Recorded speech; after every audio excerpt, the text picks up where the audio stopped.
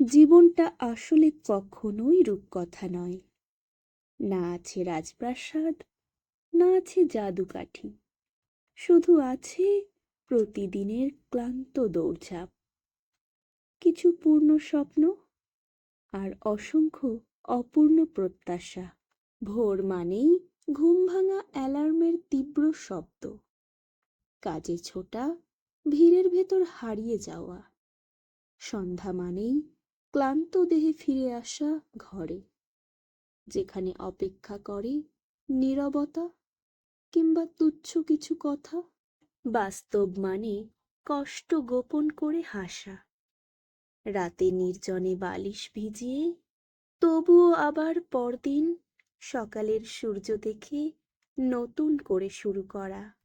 এখানে ভালোবাসা সবসময় পূর্ণ হয় না, কখনো বিশ্বাস ভেঙে যায় অবহেলার দেওয়ালে, কখনো দূরত্ব বাড়ে এতটাই যে মানুষগুলো কাছেই থেকেও অচেনা হয়ে যায়। তবুও বাস্তবের কবিতা থামে না, শিশুর হাসিতে, মায়ের ডাকের সুরে, বন্ধুর কাঁধে মাথা রেখে নিঃশ্বাস ফেলার শান্তিতে।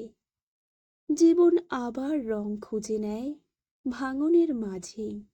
আমরা সবাই এই কবিতার চরিত্র। আমাদের যন্ত্রণা, আশা আর দীর্ঘশ্বাস লাইন হয়ে জমে ওঠে অদৃশ্য এক খাতায়।